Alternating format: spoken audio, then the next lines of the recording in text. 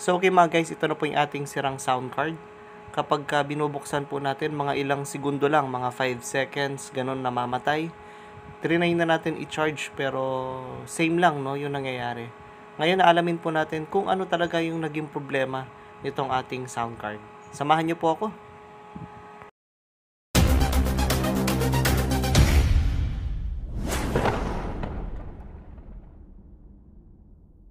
Natin ngayon, tapos kapag sinindihan natin, yan, ilang seconds lang namamatay.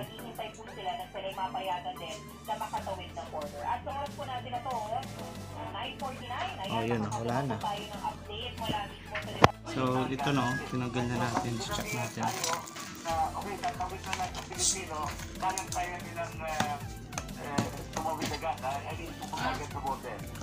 Tingnan yung voltage na dapat to 3.7. Dapat 3.7 to.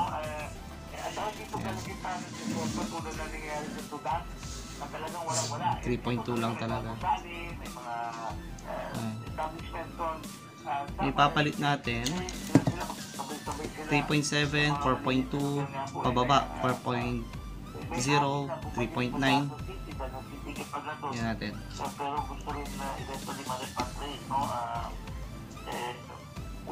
So, ayan. Ito. Tama to. Para hindi nagda-down yung voltage natin. Ito po yung gagawin natin ngayon ay maghihinang po tayo dito sa ating battery. Simplihan lang po natin, no? Ibabad natin yung ating panghinang dito sa battery natin para talagang dumikit yung ating LED. Yan, wag lang masyadong matagal, no? Baka masunog yung ating battery. Yan, tansya-tansyahin lang natin. Yan, mahalaga talaga meron tayo ditong soldering paste, no? Yan, nilagyan ko na ng soldering paste ito para po sure na dumikit yung ating LED sa battery. Yan. Okay? So, kunin na lang natin yung nandito sa luma. Tapos, ihinang ulit natin. Yan, sundan lang natin yung wires, no? Negative, positive lamang po ito. Yung positive red, yung negative black. Okay? So, i-try na po natin ngayon. Pasok na natin dito. Tapos, try natin. Ayun, umiilaw na, no? Okay. Ayan, hindi na siya namamatay, no? Ibig sabihin talaga yung problema lang ng ating sound card ay yung battery.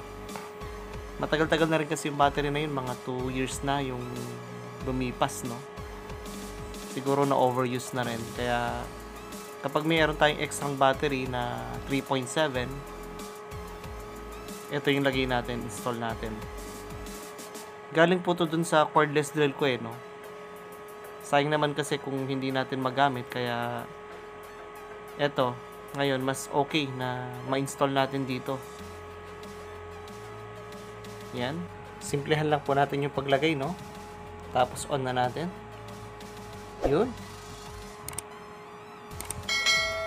Yan, kung mapapansin po ninyo, no, dati mamamatay siya after 5 seconds, pero ngayon tuloy-tuloy na.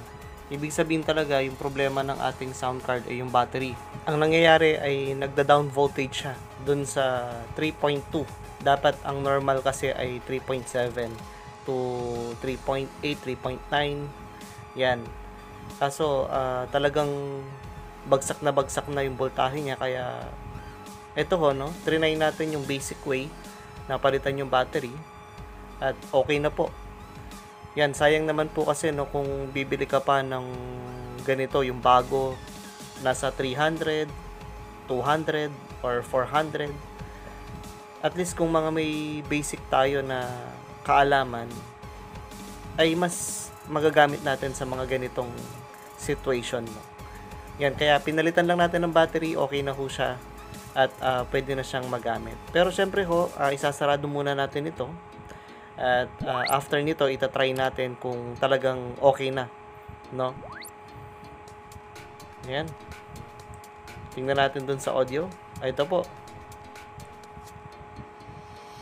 Yan, try na natin po. So, So, ayan po, itatry lang po natin yung ating audio, no? Search muna natin sa Bluetooth. Buksan muna natin. Yan. Yun, automatic, no? Automatic po yan. Nag-connect na siya. Yan, i-try po natin.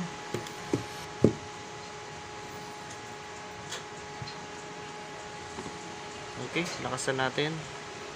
Yan.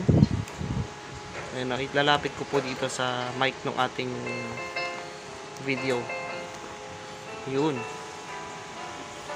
Okay. Ayan po, volume down. Volume up. Yan ho, no? Yan, meron na. Tapos yung mga effects natin, try natin. Okay? Yan, dinig na dinig naman, no? Yan, okay na po ito. Yan, ayos na po. Maraming salamat po sa panonood. God bless you all. This is Componero ZX at your service. Salamat po.